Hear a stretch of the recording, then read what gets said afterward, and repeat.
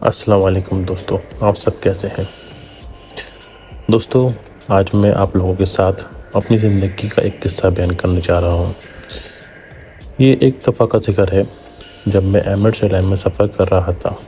دوران سفر میں کتاب پڑھ رہا تھا کہ اتنے میں ایک خاتون میری طرف آئیں اور اپنا ہاتھ میری طرف بڑھایا۔ میں نے کتاب بند کی اور اس کے ساتھ گرم جوشی سے ہاتھ ملایا۔ خاتون بزرگ تھیں اور ان کی عمر تقریباً 60 سے 70 کے درمیان ہوگی۔ وہ شکل سے ہی پڑھی لکھی اور سمجھدار دکھائی دیتی تھی۔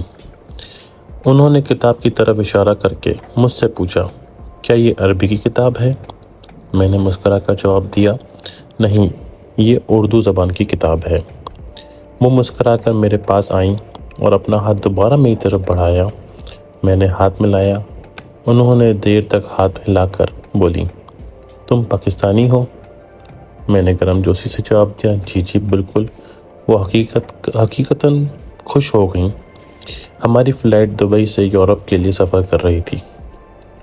فلائٹ لمبی تھی، چنانچہ ہم دیر تک گفتگو کرتے رہے۔ پتہ چلا کہ جینا امریکن ہے۔ ان کا نام جینا تھا اور وہ تاریخ کی استاد تھیں۔ وہ طالب علموں کو علمی تنازع پڑھاتی تھیں، چنانچہ وہ مسئلہ کشمیر سے بھی اچھی طرح واقف تھیں۔ وہ قائد اعظم محمد علی جناح اور مہاتما گاندھی دونوں سے بہت متاثر تھیں۔ انہوں نے مجھ سے پوچھا، کیا تم گاندھی کو پڑھا ہے؟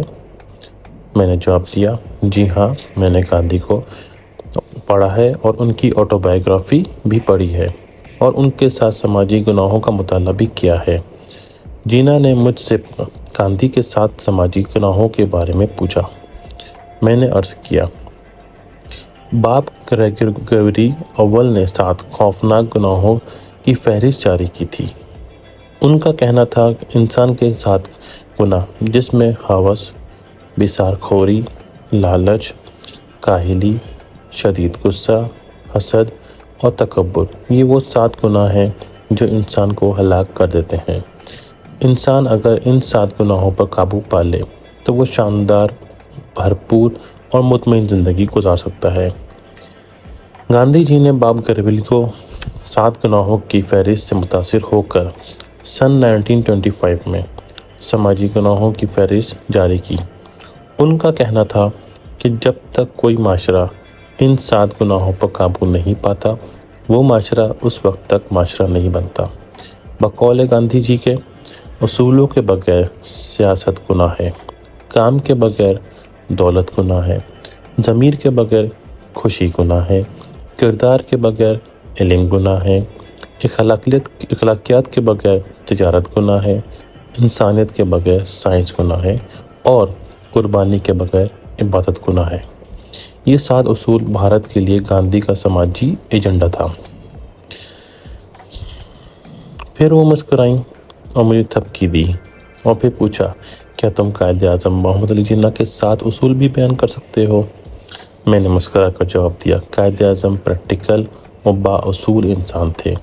وہ بولنے پر یقین نہیں رکھتے تھے، چنانچہ انہوں نے زندگی میں قوم کو کوئی تحریری ایجنڈا نہیں دیا تھا۔ وہ میری طرف دیکھتی رہیں۔ میں نے عرض کیا، گاندھی اور قائد اعظم میں فرق تھا۔ گاندھی فلاسفر تھے اور قائد اعظم پریکٹیکل انسان تھے۔ وہ کہنے کے بجائے کرنے پر یقین رکھتے تھے، اس لیے میرے پاس اقوال سے زیادہ قائد اعظم کی مثالیں موجود ہیں۔ یہ بول کر میں خاموش ہو گیا اور جہاز کی کھڑکی سے باہر دیکھنے لگا۔ وہ بولی، میں وہ مثالیں سننا چاہتی ہوں۔ میں نے جینا کی طرف دیکھ کر عرض کیا، مثلاً قائد اعظم نے پوری زندگی وقت کی پابندی کی، پوری زندگی قانون نہیں توڑا، پوری زندگی اپنی طاقت کا غلط استعمال نہیں کیا، پوری زندگی نہ رشوت لی نہ رشوت دی، پوری زندگی اپنی مذہبی رجحانات کی نمائش نہیں کی۔ وہ سنی تھے، وہابی تھے یا پھر بریلوی تھے، قائد نے پوری زندگی کسی کو کانوں کان خبر نہیں ہونے دی، پوری زندگی وعدے کی پابندی کی، پوری زندگی کوئی سمجھوتا نہیں توڑا، پروٹوکول نہیں لیا، سرکاری رقم نہیں کھائی، ٹیکس نہیں بچایا، آمدنی نہیں چھپائی اصولوں پر بالکل بھی سمجھوتہ نہیں کیا، کسی کا حق بالکل نہیں مارا اور پوری زندگی کسی شخص کے ساتھ بدتمیزی نہیں کی۔ وہ مسکرا کر بولتے تھے، ویل ڈن، آپ ٹھیک کہہ رہے ہیں۔ پھر میں خاموش ہو گیا اور جینا دیکھ رہا تھا۔ پھر جینا نے کہا، وہ واقعی بہت شاندار انسان تھے، میں ان سے بہت زیادہ انسپائر ہوں۔ وہ تھوڑا رکیں اور پھر آہستہ سے بولی، میں اگر آپ سے مزید سوال پوچھوں تو آپ مائنڈ تو نہیں کریں گے؟ میں نے مسکرا کر جواب دیا، بالکل بھی نہیں، ضرور پوچھیں، میں حاضر ہوں۔ لیکن دوستو یقین مانیں، مجھے نہیں معلوم تھا کہ اب مجھ سے کیا سوال کیا جائے گا۔ وہ بولی، کیا قائد اعظم سے محبت کرتے ہیں آپ؟ میں نے فوراً جواب دیا، دل و جان سے۔ آگے جو جینا نے بولا وہ میں نے خواب میں بھی نہیں سوچا تھا۔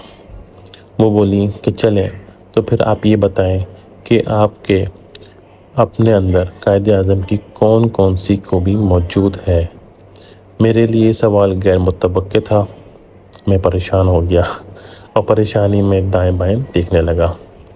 وہ مجھے بھانپ گئیں اور آہستہ آواز میں بولی، آپ اسے چھوڑیں اور آپ صرف یہ بتائیں کہ آپ کی قوم نے اپنے قائد کی کون کون سی خوبی کو اپنی ذات کا حصہ بنایا۔